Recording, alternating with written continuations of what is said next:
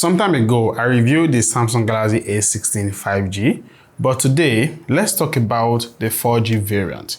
What is new, what is different, and what stays the same? Now the truth is this, if you own the Galaxy A15 of last year, there is honestly no need for you to upgrade to the A16. Samsung, like most other smartphone manufacturers, made very minor changes to this new phone.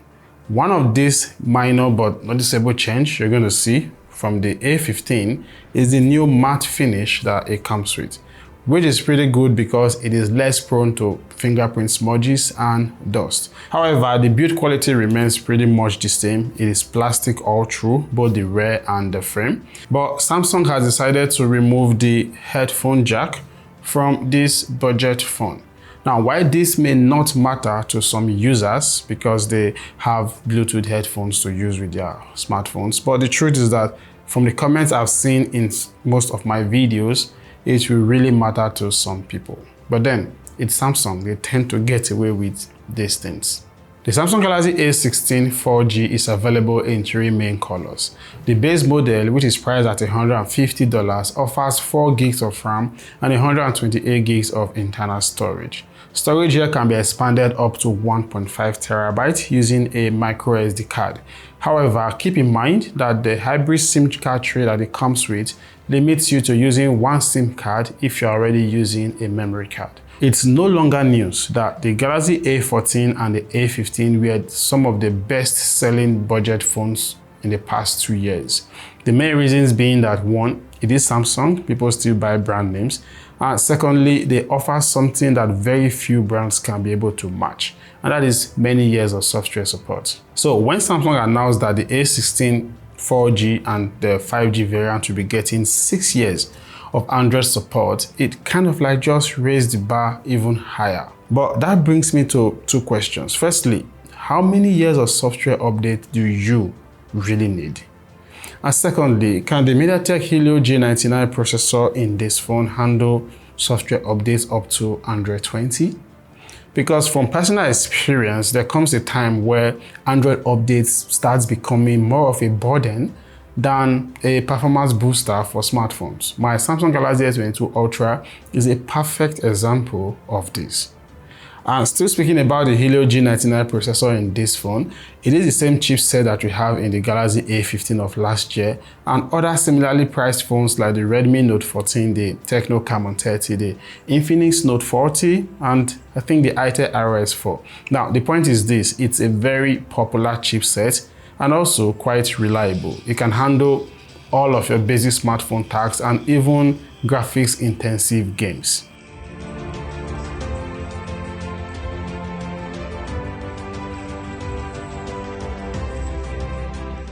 Now, out of the box, you get One UI 6.1 based off on Android 14, which from my experience, it's been pretty smooth. The One UI is one of the robust skins on any Android phone because it comes packed with a lot of functionalities. However, it still lacks some basic features like built-in screen recorder. Samsung continues to reserve this feature for their more expensive models, and that is something I really find hard to understand. The software experience I have on this phone hasn't been bad at all. It's fast, it's intuitive. In the past, I usually have this serious issue with One UI in budget smartphones due to shutter lag when you are taking pictures, or occasionally it will just freeze, and yeah, it gives a lot of headache. But thankfully, we didn't get to experience it on this phone when we were taking pictures with it. Now, one area where the competitors are doing better is in the speakers. At this price point, I would expect at least a stereo speaker, even if it's just one. So when I discovered it's a single mono speaker, yeah, just not cool. Let's move back to the display, where nothing much has actually changed when you compare it to the Galaxy A15. It's practically the same specs. I really do wish that Samsung would ditch this outdated U-notch and then also do something about the chin of this phone because it's big, or just change some things about the display that would give us something new to talk about. But these are just wishes, they may never come true. Another feature that is common in similarly priced phones but missing in the display of this phone is the always on display feature. For some reason, Samsung just feels that is another feature they want to reserve for their high-end models. I just don't understand. Now, at this point, I think a comparison with the Redmi Note 14 is inevitable. I really have to do that video, yeah? So if you want to see it, make sure you hit on the subscribe button so you get to see it. And also please like this video so that YouTube can help push it to more people. Now, let's wrap up with the cameras of this phone, which just like the display, the camera specs remains unchanged when compared to the Galaxy A15. The main camera takes impressive shots with good details and colors, as you can see. But just like most other budget smartphones, you really need to give it proper light and you will get really good pictures. Ultra wide shots came out really decent. It didn't lack those colors and details. At the front, we get a 13 megapixel front selfie camera. And yeah, it takes pretty decent selfies like this one you're looking at. Dynamic range processing and object separation from the background came out really well.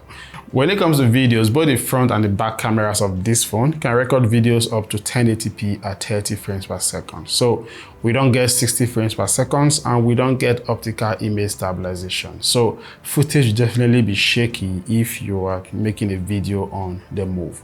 Coming back to the battery of this phone, it remains 5000 mAh. While other competitors are kind of like offering something larger, like 5500, but yeah, we still get 5000 mAh on this phone. However, we all know that there are no charger in the box. So when it comes to how long it will take you to charge this phone from 0 to 100%, it pretty much depends on the charger that you are using. For me, I have the original Samsung 25 watts here, and it took me like 1 hour 15 minutes to go from 0 to 100%. The phone supports 25 watts charging, by the way. And then lastly, AI. I mean, like I said in my review of the Redmi Note 14, AI is something that is coming to budget phones and we really need to talk about it. And the fact that we don't have anything like that, not Google Gemini, not anything AI when it comes to pictures and all of it, it really makes this phone lacking when compared to its competitors. But at the end of the day, what is my thought about the Samsung Galaxy A16 4G? Like my mentor Izzy would say, yeah, Samsung is sticking to the mantra that says if it is not broken, don't fix it. But I hope this video helps them to really know that this phone is broken when compared to other budget phones with similar price point. For example, that U-notch is outdated. You just need to change it. The chain is too big. Just reduce it. Always on display is not a premium feature that you want to reserve for high-end models. Just give it to us. You can keep the 90 Hz because most everyday user will not know the difference between 90 Hz and 120 Hz anyway. So yeah, you can keep that. These little things would make a lot of difference. And of course, add to the Samsung brand name. That will make this phone another bestseller again. Thanks so much for watching. Like I said before, subscribe for more reviews like this one. And also don't forget to like this video so that YouTube can help us to push it to more people. I'll catch you in my next video. Thanks a lot.